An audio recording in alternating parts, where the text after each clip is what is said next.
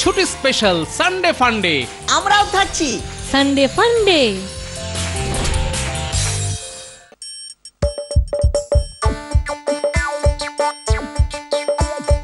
আসছে গোপাল, যাচ্ছে গোপাল, ভাবছে গোপাল, হাসছে গোপাল, আসছে গোপাল, যাচ্ছে গোপাল, ভাবছে গোপাল, হাসছে গোপাল। যুগের পরে যুগ কেটে যায়, মানুষ তাকে ভোলে না।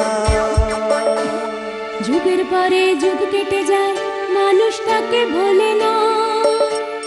চলে না রে, চলে না রে, চলে না রে, চলে না, চলে না রে, চলে না রে, কাকে ছাড়া চলে না। কে সে পরিচয় কি তার? হাসির রাজা, জ্ঞানের রাজা, রসিক রাজা গোপাল ভাঁড়। হাসির রাজা, জ্ঞানের রাজা, রসিক রাজা গোপাল ভাঁড়। হাসির রাজা, জ্ঞানের রাজা।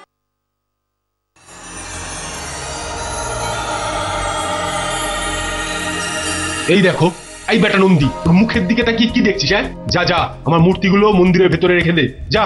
কিন্তু তারপর আবার যদি কোনো বিপদ হয়, আবার যদি কেউ পাশা খেলায় জিতে মাকে নিয়ে যেতে চায়? সেরকম কিছু হবে না চাঁদ, যাও, যা বলছি সেটা করো, বেশি বকিও না। আর আমি কি করব বাবা? তুই এক কাজ কর, তুই এই জাদু পাশাটা মন্দিরের ভেতরে রেখে দিয়ে যা। আচ্ছা বাবা।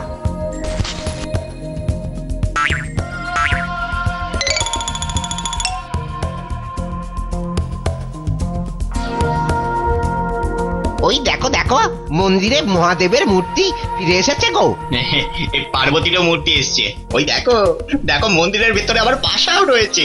ও মানে মহাদেব এবার শুধু পাশা খেলার জন্যই মন্দিরে ফিরে এসেছেন। নাও নাও, কথা না বলে খেলতে বসো তো। এ বাবা, এ তো গো হারান হারছি গো। হ্যাঁ, তোমার তো ছক্কাই নেই, আর মহাদেবের তো একের পর এক ছক্কা পড়েই যাচ্ছে। পড়বে না চাঁদ, পড়বে না। এ তো হলো জাদু পাশা, তার সঙ্গে জাদু ছক্কা। সবটাই ওই বেটা পেটে গোপালের বুদ্ধি। সত্যি স্বামী, গোপাল না থাকলে যে কি হতো। সেই তো, আবার কেউ পাশা খেলায় বাবাকে হারিয়ে আপনাকে নিয়ে চলে যেত, তখন কি হতো? যা হেরেই গেলাম। কি কি এবার দেখ কেমন মজা।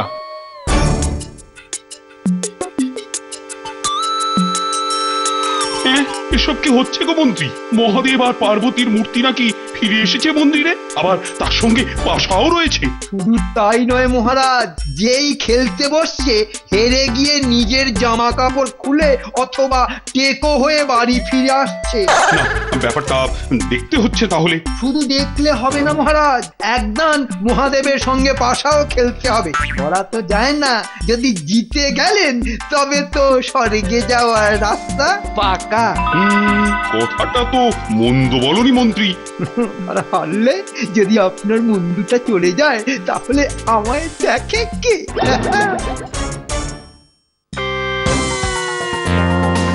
যা ছক্কা যে পড়ছে না মহারাজ। কি হচ্ছে বলতো? আমি যখন নিজের চাল দিচ্ছি ছক্কা পড়ছে না, অথচ যখন মহাদেবের চাল দিচ্ছি তখন ছক্কার বন্যা বইছে। মনে হচ্ছে হেরেই যাবো গো। আমি এলো হয়ে গেলাম। আমারও জামা কাপড় গেল কেন? হ্যাঁ, ভাগা কেন পল খুঁজবে? এবার কি হবে? হ্যাঁ, কি হবে? কিভাবে প্রাসাদে ফিরবো খালি গায়ে? সেটা আমি কি করে বলবো? আমি কি করে বলবো মানে? বেটা তোমার কথাতেই তো এখানে খেলতে এসেছিলাম পাশা, আর এখন হেরে গিয়ে বলছো কি করে বলবো? চলো আগে প্রাসাদে, তারপর তোমার ব্যবস্থা আমি করছি। চলো আগে। দেখ কেমন লাগে।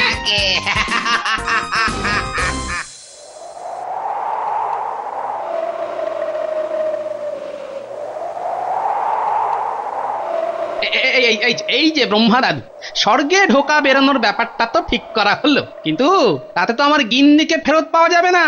তাহলে কি করতে বলো আমাদের? মনে হচ্ছে তো রাক্ষসদের সঙ্গে যুদ্ধ করা ছাড়া আর কোনো উপায় নেই। কি বলছো? একেবারে সরাসরি যুদ্ধ? কিন্তু তাতে তো অনেক টাকা পয়সা খরচ। তারপর অনেক দেব সৈন্য মারা টারা যাবে। না না না, সে এক বিতিকিচ্ছিরি কাণ্ড হবে। এই দেখো, এ আবার কিরকম কথা ব্রহ্মা দাদু? হ্যাঁ, আমি স্বর্গে আপনাদের অতিথি, আর আমার গিন্নিকে এখান থেকেই রাক্ষসরা উঠিয়ে নিয়ে গেছে। কোথায় রেখেছে এতদিনেও আপনার লোকজন বার করতে পারলো না, তার উপর এখন আবার যুদ্ধ করতে আপনি ব্যাগড়া দিচ্ছেন। না, মহাদেবের সঙ্গে দেখছি আমাকে কথা বলতেই হবে। নিন ওই যন্ত্রটাতে ধরুন তো মহাদেবকে। আহা, আমি তোমার সঙ্গে ইয়ার্কি করছিলাম গোপাল। আমি কি বলেছি যে যুদ্ধ করবো না রাক্ষসদের সঙ্গে? আমাদের দেব সেনাপতি কার্তিক কোথায়? উনি তো কালকে ফিরছেন ওয়ার্ল্ড ট্যুর থেকে। কি অল্টয়ুর মানে? সেটা কি খায় না মাথায় দেয়? আরে না না না, ওই একটু পৃথিবী প্রদক্ষিণে বেরিয়েছে, কালকে আসছে। তারপর দেখি কথা বলে কবে যুদ্ধটা শুরু করা যায়। বটে, এটা দেখছি যুদ্ধের প্রস্তুতি হচ্ছে। খবরটা তাহলে হেডকোয়ার্টারে পাঠিয়ে দিই।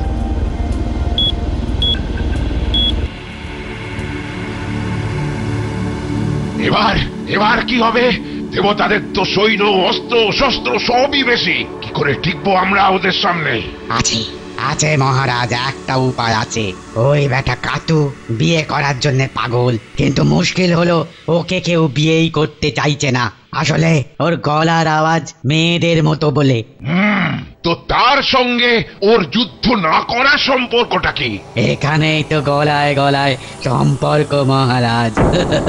কাতুকে যদি এই বিয়ে না হবার জায়গাটা নিয়েই ব্ল্যাকমেল করা যায়, তাহলে তো ও কিছুতেই যুদ্ধ করবে না। ব্যাস, আর তাতেই আমাদের কাজ উদ্ধার। কিন্তু আগে বলো, কার্তিককে ভুল বোঝানোর জন্য তো দেবতাদের কাউকেই দরকার আছে তো মহারাজ, আপনার কাছেই তো আছে, তাকে কেউ সন্দেহ করবে না। কে?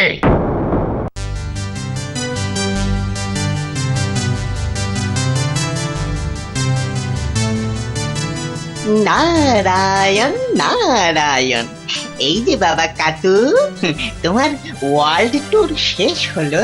ও নারদ মামা, হয় কতদিন পর দেখা। হ্যাঁ মামা, তবে ইউরোপের দিকে ওয়েদার খুব খারাপ। এদিকে স্বর্গের ওয়েদার তো খুব খারাপ। নারায়ণ নারায়ণ। কেন কেন, কি হয়েছে?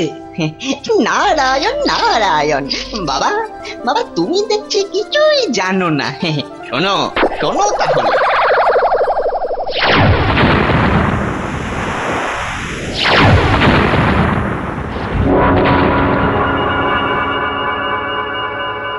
ও মা, তাহলে তো এখন আমার অনেক কাজ।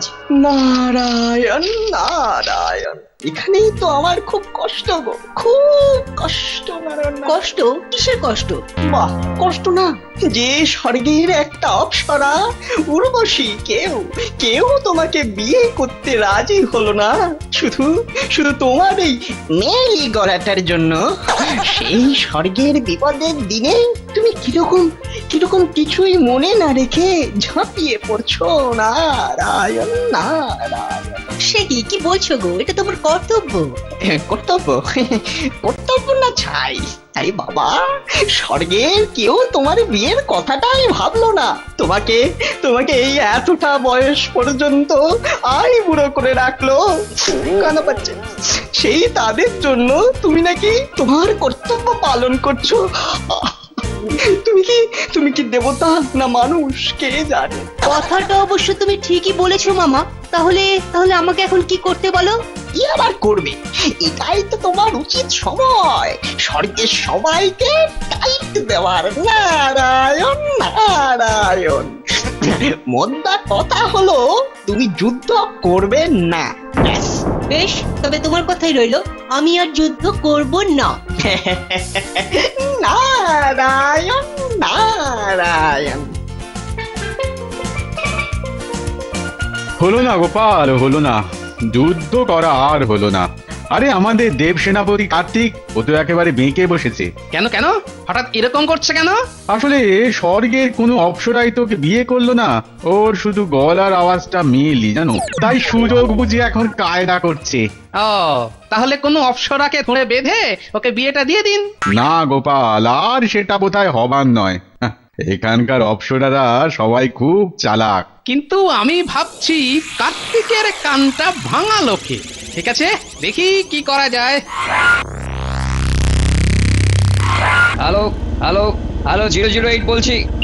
শুনতে পাচ্ছি। একটা গুড নিউজ আছে। বলে ফেলো। গোপাল মনে হচ্ছে খুব ভেঙে পড়েছে কার্তিকের ঘটনায়, আর যুদ্ধটা ক্যান্সেল। ওভার। যাক বাবা, হ্যাঁ যুদ্ধটা তাহলে হচ্ছে না, খুব চিন্তায় পড়ে গেছিলাম।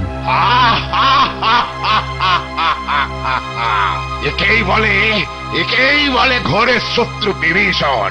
ও নারদটা যা কাজ করে দিয়েছে না, ওকে ওকে পরে অনেক পুরস্কার দিতে হবে, মনে রেখো মন্ত্রী।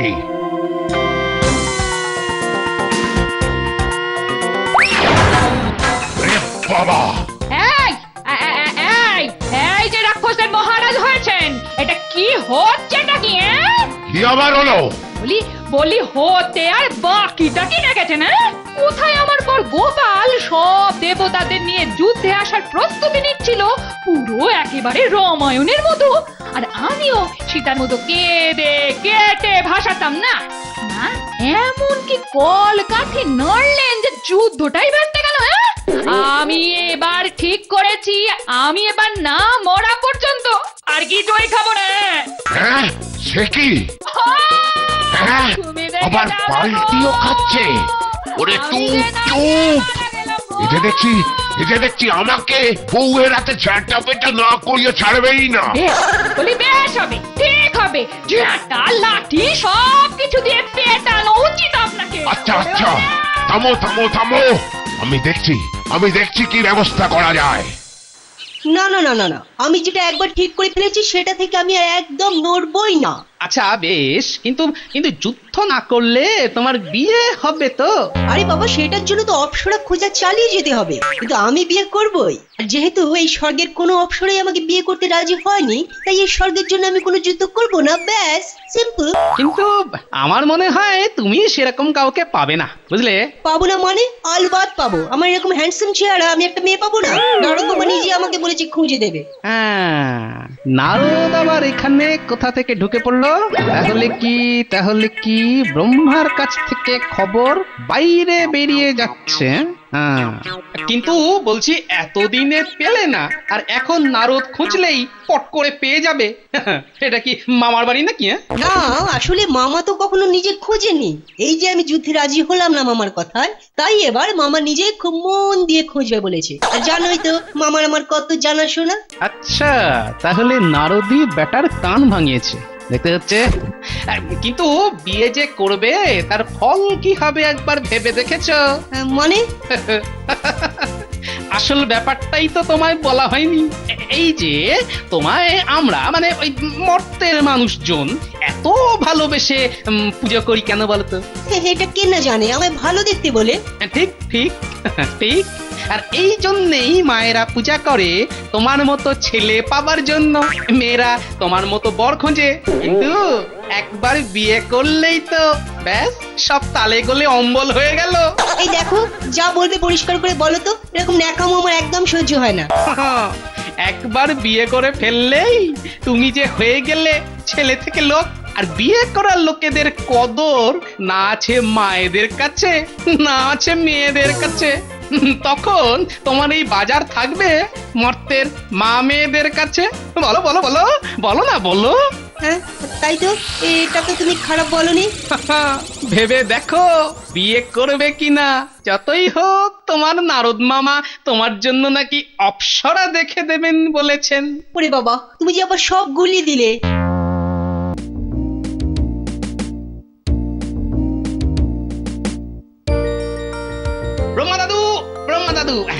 কার্তিক রাজি হয়ে গেছে যুদ্ধ করতে।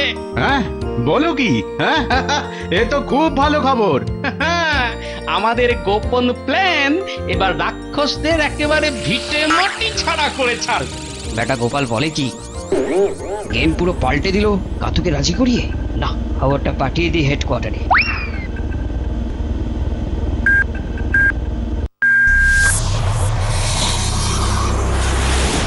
এবার কি হবে মন্ত্রী? গোপালকে যে কিছুতেই জব্দ করা যাচ্ছে না। সেই তো হতভাগাটা কি বুদ্ধি করেছে কে জানে। দেবতারা একবার আক্রমণ করে ফেললে যে একেবারে ঘটি বাটি ছেড়ে নিবংশ হতে হবে। গোপালটা যে কি করে আবার কার্তিককে গোল খাওয়ালো কে জানে। যাই হোক, এখন তো বাঁচার একটাই উপায় আছে। কি উপায়? শোনো শোনো তাহলে।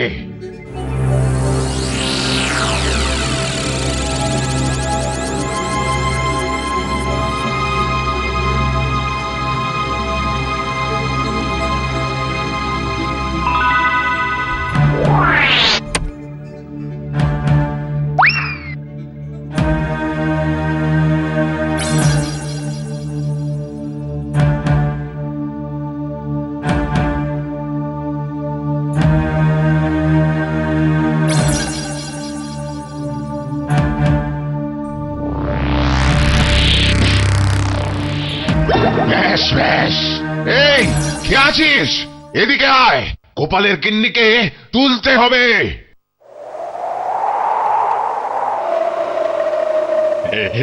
তুমি তুমি পারবে একমাত্র ওই গোপালটাকে টাইট দিতে? আমি পাগল নাকি? আমারই সব নাট বল্টু ঢিলে করে দেবে। তাহলে তুমি কি পারবে? কি পারবে? ভালোই তো এখানে বসে দুবেলা সাঁটাচ্ছ আর নাচ দেখছো। আজকের কাজটা কি করছো? কি করছো তুমি? এখানে তো আমার কোনো কাজ নেই, আমার সব কাজ জমপুরিতে। এখানে তো আমি এসেছি রিল্যাক্স করতে। রিল্যাক্স? এখানে আমার অবস্থা হয়েছে সব থেকে গাঢ়। ব্রহ্মা বিষ্ণু মহাদেব কেউ আর আমাকে পাত্তাই দিচ্ছে না। সবাই শুনছে ওই বেটা টেকো পেটে মানুষ গোপালের কথা। আমি তো তোমায় আগেই বলেছিলাম ওই গোপালের সঙ্গে বুদ্ধিতে তোমরা কিছুতেই পেরে উঠবে না। কি তুমি কিনা আমাদেরই লোক হয়ে আমাদের কি হেটা করছো? দাঁড়াও তোমার ব্যবস্থা হচ্ছে, দাঁড়াও। দেবরাজ গোপালের গিন্নিকে পাওয়া গেছে। সে কি? কোথায়? স্বর্গের দরজার বাইরে অজ্ঞান অবস্থায়। তাড়াতাড়ি চলুন। চলো। খুব জোর বেঁচে গেছি এই যাত্রায়। নইলে যুদ্ধ শুরু হলে হয়তো আমাদের খুঁজেই পাওয়া যেত না। শয়তান গোপালটা কি বুদ্ধি যে ফেঁদেছিল কি জানি। চলো ওরা এখন গোপালের গিন্নিকে নিয়ে ব্যস্ত থাকবে, আর এই ফাঁকে আমরা বরং নতুন কিছু শক্তিশালী অস্ত্র শস্ত্রের ব্যবস্থা করি আমাদের ভান্ডারে। বাবা, তাহলে তো যুদ্ধের দরকার নেই। গোপালের বউকে যখন ফেরত পাওয়া গেছে তাহলে তো যুদ্ধের দরকার নেই। গোপাল হয়েছে। কি গোপাল, তাই তো? ব্রহ্মা দাদু আমি রাজি যুদ্ধ করতে। হ্যাঁ সে কি? হ্যাঁ তুমি তো আগেই রাজি হয়েছো জানি। কই না তো, আমি তো অনেক ভেবে টেবে এই মাত্র সিদ্ধান্ত নিলাম যে আমি যুদ্ধ করব, না হলে তলোয়ারে তো জং ধরে যাবে। গোপাল, আরে এইসব কি হচ্ছে? তুমি কি আমাকে মিথ্যে বলেছিলে নাকি? কারণ আমি বেশ বুঝতে পারছিলাম যে আপনার এখান থেকেই কথা বাইরে রাক্ষসদের কাছে চলে যাচ্ছে, তাই ওটুকু মিথ্যে আমাকে বলতেই হয়েছিল। আর তাই ওরা ভয় পেয়ে আমার গিন্নিকে ফেরত দিয়ে গেছে। ভালো হয়েছে, গোপাল তার বউকে ফেরত পেয়ে গেছে, আর ওদের ঘোড়াও অনেক দিন হয়ে গেছে। এবারে ব্রহ্মদেব গোপাল আর তার গিন্নিকে এই মরতে পাঠিয়ে দিলেই তো হয়। সে তো যাবই, কিন্তু যাবার আগে ওই গুপ্তচরটাকে খুঁজে বার করতে হবে না? ঠিকই তো। তাহলে বরং গরুড়কে এই দায়িত্ব দেওয়া যাক, কি বলো ইন্দ্র? না গোপাল তুমিই বলো। ঠিক আছে।